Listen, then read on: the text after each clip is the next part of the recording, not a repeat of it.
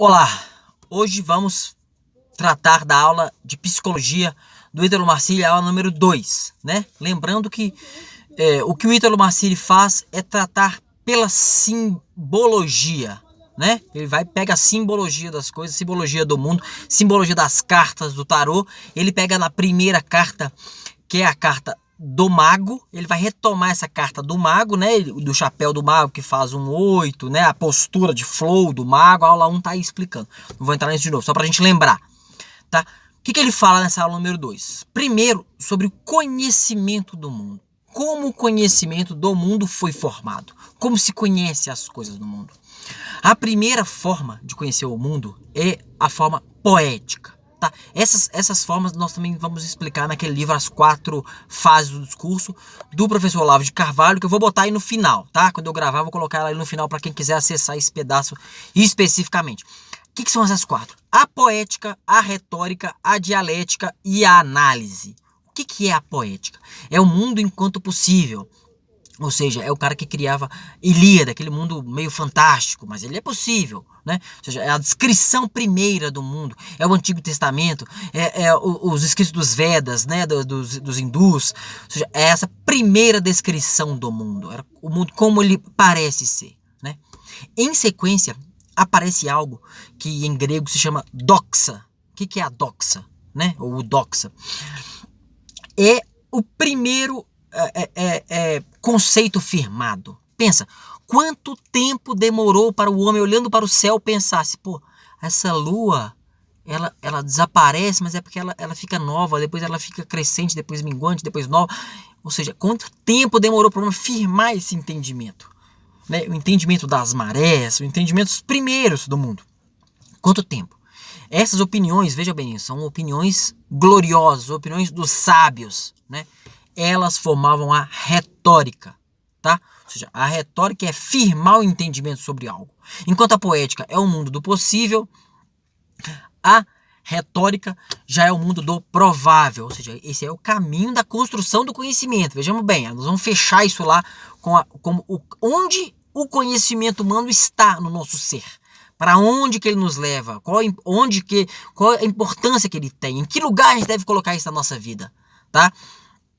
Então, eu vi o mundo como possível, vi aquele mundo poético, né?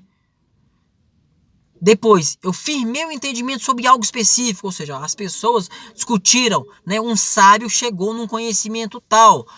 Esses são os sofistas. Às vezes a gente tem essa ideia, né? Quem começa a estudar um pouco de filosofia, porque os filósofos gregos ganham contra os sofistas. De certa forma sim, de certa forma não. Por quê? O que Aristóteles inaugura, que é o campo próprio da filosofia até hoje? É o campo da dialética. Ou seja, se eu pego uma opinião firme de um sábio, pega outra opinião firme de outro sábio e choca uma na outra pela dialética. E então tira dali algo verossímil. Tá? Ou seja, eu analisei esse lado e vejo que é verossímil. Né? Quando, por exemplo, só um detalhe, quando Galileu Galilei firmou a teoria que a Terra não era o centro do mundo, e sim o Sol, né? Não era a Terra que girava em torno do Sol, mas não era o Sol que girava em torno da Terra, mas o contrário, né? A Inquisição falou com ele, né? O Tribunal da Inquisição falou, tudo bem, então prova. Aí o que ele fala? Não, porque a Lua, o movimento da Lua, ele existe justamente por causa disso. Ou seja, a opinião firme, sábia, né, naquele instante, naquele momento, era o contrário da opinião verdadeira. Qual que é a opinião verdadeira? Que a Lua reflete o movimento das marés. E foi por isso que ele foi condenado, né? Porque aí as pessoas provaram para ele assim, não, é o movimento das marés que mexe na Lua, e não é esse movimento da Terra em torno do Sol. Condenado assim, né? E não aconteceu nada com ele. Não vou entrar na história dele não, né? Ele foi condenado a não publicar o livro dele e tudo mais, morreu de velho, não teve nenhum problema. Mas pouco importa. Vamos voltar aqui. Então, a poética, a retórica e a dialética. Ou seja, a dialética pega as opiniões firmes sobre as coisas, opiniões dos sábios, opiniões gloriosas, e batem uma na outra. Tá? Aí, fim a dialética. E a análise, né? O Ítalo não entra na análise, eu vou entrar aqui rapidinho. A análise, ela serve para provar algo, ou seja, a parte científica daquilo. Todos esses 4 conhecimentos, tudo isso é o mundo. Tudo isso é o mundo, não é só a análise lá na ponta. É a poética, é a retórica, é a analítica, é tudo. Tudo é o mundo. Tá? Então, primeiro, coloque isso no lugar. Como a história do conhecimento humano foi conhecida. Tá? Ponto. Um pedaço. Vamos passar para outro pedaço, depois nós vamos juntar. Que ele simbolicamente ele fala que o ser em ato puro, ou seja, Deus, né? O ser em ato puro, ele é como se fosse o sol. É ele que ilumina. É ele que nos dá a visão. Sem o sol nós sequer veríamos a coisa. É ele que nos sustenta no ser. Tá? Ou seja, é o sol que nos faz enxergar. É ele que, por meio da graça, né, algo que a religião chama de graça, ele explica como que é esse mecanismo, não vou entrar aqui, mas que o nome religioso é graça. É por meio da graça que o ser age em mim, age em você, age em todo mundo. Tá? Ou seja, quem está aberto à graça do ser em ato puro tem essa força tremenda. Agora, a lua, né? O que a lua é? A lua só ilumina porque ela reflete a luz do sol. Né? A lua reflete a luz do sol à noite. Né? E as estrelas, simbolicamente, é como se fosse o conhecimento do mundo. Ou seja, aquele que caminha no mundo pelo simples conhecimento do homem é como se ele andasse numa noite estrelada. Caminhar numa noite estrelada é bonito, né? Mas não é caminhar de dia. Veja, imagine você agora a diferença entre andar durante o dia e entre caminhar à noite no céu estrelado. A estrela, por mais que ilumine, ela jamais sequer pode ser comparada ao sol. O sol é muito maior. Ou seja, o conhecimento, aí ele está colocando no lugar. Onde que está o conhecimento do homem, da humanidade? Como estrelas no céu. Ou seja, iluminam a noite. Elas não deixam a gente andar na escuridão. Ela tem um valor excelente, claro. Não nos deixa andar na escuridão. Né? A escuridão completa da noite, imagina. Mas o que nos ilumina é o sol, é o ser em ato puro. Tá certo? Isso que ele fala pra gente colocar no lugar, simbolicamente. Tá certo? Como é o conhecimento do homem construído e o lugar onde ele deve levar em nossa vida. Tá certo? E aí, ele parte para as 4... aquela análise do Aristóteles das 4 funções do ser. Né? As 4 causas do ser. Causa formal, causa material, causa essencial e causa final. Todo quanto é ser, todo ser que existe tem essas 4 causas. Inclusive nós, os homens. Então, quando as pessoas nos comparam com um macaco, por exemplo. O homem é igual ao macaco, porque o gene do macaco é 99%. O que está olhando ali? Só causa material. Ali é só causa material. Tá? Ou seja, qual que é a nossa matéria? É carbono, é carne. Os animais também são feitos disso. Então, no fundo, é praticamente igual mesmo. Às vezes é igual mesmo. Mas, e além disso, nós temos a forma. A forma é nossa forma física. Ou seja, você tem a forma de um homem. Você tem a forma de um cachorro. Você tem a forma de um carro. A forma de uma caneta. Mas, além disso, eu ajo na forma de um homem. A forma de um cachorro agir é latindo. É lambendo. Né? A forma de um homem agir não. A forma de um homem agir é o universo inteiro. Né? Ou seja, eu ajo pela forma que um homem deve agir. Além disso, eu tenho a causa essencial e a causa final.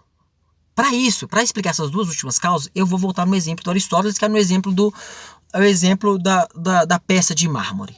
Né? Eu fiz, né? O artífice fez uma peça de mármore. Qual que é a causa material? É o mármore. Qual que é a causa formal? É a forma daquilo. É o que? É um anjo? Ele tem uma forma de anjo. Não, aquelas esculturas, agora me fugiu o nome lá daquela mulher famosa lá, aquela escultura. É uma forma de uma mulher? Essa que é a forma. A matéria é o mármore, a forma. Qual que é a causa essencial? Né? Qual que é a causa essencial? É quem fez aquilo ali. Ou seja, o artífice fez aquilo. O escultor fez aquilo. Ele que é a causa essencial. Ele que deu forma àquilo ali. Se não fosse ele, aquilo não existiria. Né? E a causa final? A causa final desse objeto é embelezar. Né? Ele quer ornamentar o ambiente. Essas são as 4 causas. Voltando para o homem. Se eu tenho minha causa formal, agir como homem, ter forma de homem, não só fisicamente, como agir como o homem age. Segundo, causa material, minha carne, meu corpo, né?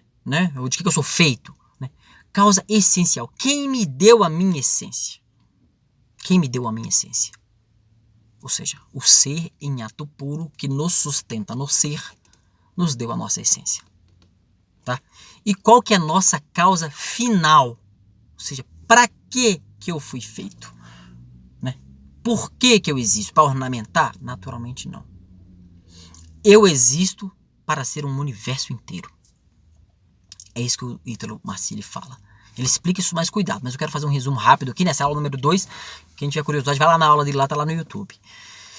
Tá? E aí, essa é a nossa finalidade, ser um universo inteiro. Ou voltar a ser comunhão com o ser. Se eu vim do ser, eu tenho que voltar ao ser. Tá certo? É isso, espero que tenha sido claro. Esse é o resumo da aula 2. O importante é saber a forma do conhecimento da humanidade, as 4 fases do discurso do professor Olavo de Carvalho. Tem um livrinho dele lá, um livro bem legal de ler, né? As 4 formas do discurso, a simbologia do sol e das estrelas. O sol é o ser em ato puro, as estrelas é o conhecimento humano. Com o que eu me oriento? Na noite eu posso me orientar pelas estrelas, mas o que me orienta mesmo é o sol. Né? E as 4 causas do ser de Aristóteles. E essas 4 causas são essenciais. Ele passa isso rapidamente a respeito do psicólogo, ou seja, o cara que vê só a matéria, ele quer dar o remédio. O cara que vê só a forma, ele quer fazer a terapia. Mas você tem que integrar todos os 4. Senão você está sendo um pedaço, é 25%. Não vai resolver.